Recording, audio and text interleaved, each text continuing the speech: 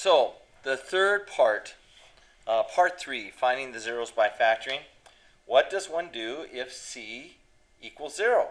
So this pertains specifically or really to situations, for instance, like if you're throwing an object up in the air and most of the time, unless you're having it fall on something higher than the ground, this takes the form, just to let you know, this numeric coefficient is what's always used in relation to feet when the measurement is in feet, and this is to do with the gravitational pull.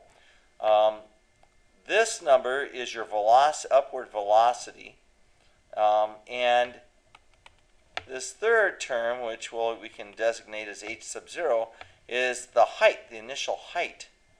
So actually, the general form for an object thrown in the air on Earth when it's feet per second is negative 16t squared plus the initial velocity times t plus the initial height. That's what the h sub 0 and the v sub 0 stand for. So this equation, or this function, is telling me that the object was being thrown or shot up in the air at 48 feet per second, and then it lands back on the ground. So the height, if that c is 0, that means that it's gone all the way back down to the ground. So what do you do with this? You're trying to find the zeros, which in this case is time. Right? Is time. So again, the first thing you're going to do is you're going to set that function to 0. So we have 0 equals negative 16t squared plus 48t. Well, in this case, what we want to do is, again, you've probably guessed by now, we're probably looking at rewriting this so it becomes a multiplication. We can use the zero product rule. So I'd say, what is my greatest common factor between these two terms? Well, it looks to me like it's 16t. So I could rewrite this as 16t times, let's see, what's that going to be? Negative 1 plus negative 1t, plus 3. So, don't we have two things then being multiplied together equals 0?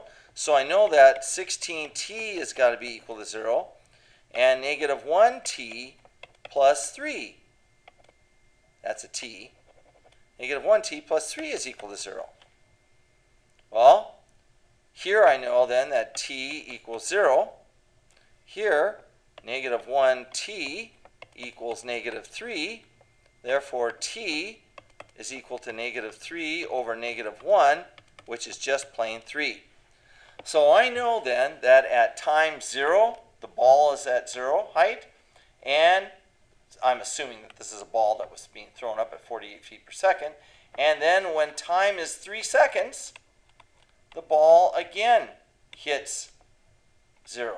Now what's interesting, knowing that the parabola is symmetrical, I can find out my vertex real easy because I know it's half the time. So at 1.5 seconds, I know that my ball has reached its highest point. And all I have to do is plug 1.5 in for t, and I'll find out how high that ball was thrown. Anyway, that's how you find the zeros by factoring when c is equal to 0.